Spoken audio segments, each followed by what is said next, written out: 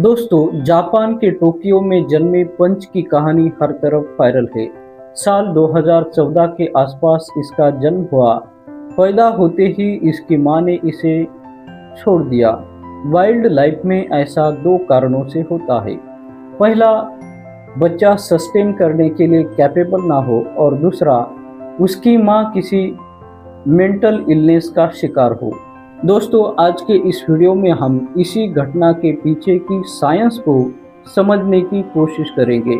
दोस्तों, पंच और उसके खिलौने के बीच का ये रिश्ता सिर्फ इमोशनल नहीं, बल्कि इसके पीछे एक बायोलॉजिकल और साइकोलॉजिकल सच छुपा हुआ है, जिसे साइंस की भाषा में कॉन्टैक्ट कंफर्ट या सरोगेट मदरहुड के नाम से जानते हैं। 1950 के दौर में बड़े बड़े साइकोलॉजिस्ट का ये मानना था कि बच्चे अपनी मां से सिर्फ खाने की वजह से जुड़े होते हैं, यानी कि बच्चों के लिए अपनी मां सिर्फ पेट भरने का एक जरिया होती है। लेकिन इसी बात को हैरली हार्लो नाम के एक साइंटिस्ट ने मानने से इनकार किया। हैरली हार्लो ने यूनिवर्सिटी ऑफ विस्कॉन्सिन मेडिसिन में लगभग 20 सालों तक रिसर्च किया। सबसे पहले हैरली हार्लो ने एक छोटे बंदर को उसकी असली मां से अलग कर उसे दो नकली मांओं के साथ रखा। उनमें से एक तारों से बनी हुई थी और एक, दोस्तों, जो तारों से बनी हुई थी वो दिखने में बहुत ज़्यादा डरावनी थी, बिल्कुल भी सॉफ्ट नहीं थी, लेकिन उसके पास एक मिल्क की बोतल थी। जो कपड़ों से बनी हुई थी वो बहुत ज़्यादा सॉफ्ट थी, दिखने में बहुत ज़्यादा सुंदर थी, लेकिन उसके पास खाना नहीं था। दोस्तों, इस रिसर्च के दौरान हार्लो ने पाया कि वो बंदर जब उनको भूख लगती थी तभी वो तारों वाली माँ के पास जाते थे।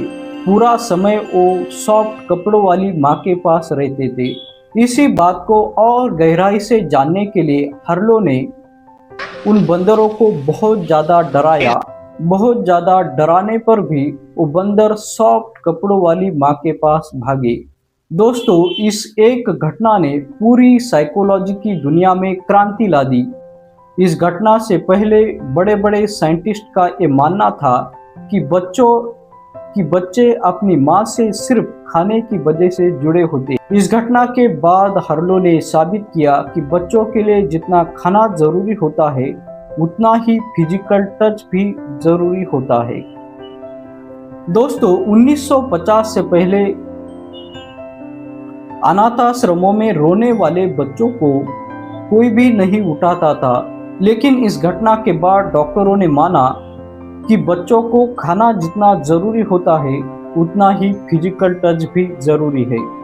दोस्तों, कई सारे रिसर्च ये बताते हैं कि अगर बच्चों को सिर्फ खाना दिया जाए और उन्हें पूरी तरह से फिजिकल टच से वंचित रखा जाए तो उनमें ब्रेन डेवलपमेंट रुक सकती है। दोस्तों, इस एक्सपेरिमेंट के बाद मानवों में पेरेंटल केयर और हॉस्पिटैलिटी में बहुत सारे बदलाव हुए। समय से पहले पैदा होने वाले बच्चों के लिए kangaroo health care system compulsory कर दिया गया।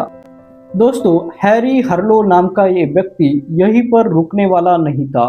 उन्होंने अकेलेपन के असर को समझने के लिए कई सारे बंदरों को एक अंधेरे कमरों में कई महीनों तक बंद कर रखा और उन्हें कई महीनों के बाद बाहर लाया गया। तो दोस्तों, ये बंदर पूरी तरीके से पागल हो चुके थे। ये अपने जैसे दिखने वाले बंदरों से डरते थे, खाना नहीं खाते थे और कई बार अपने आप को चोट पहुंचाते थे। दोस्तों, इस घटना के बाद हैरी हार्लो के ऊपर एनिमल क्रूएलिटी के बहुत ज़्यादा आरोप हुए और उसका ही नतीजा है कि आज पेटा जैसे संस्थान इतने मजबूत हुए हैं।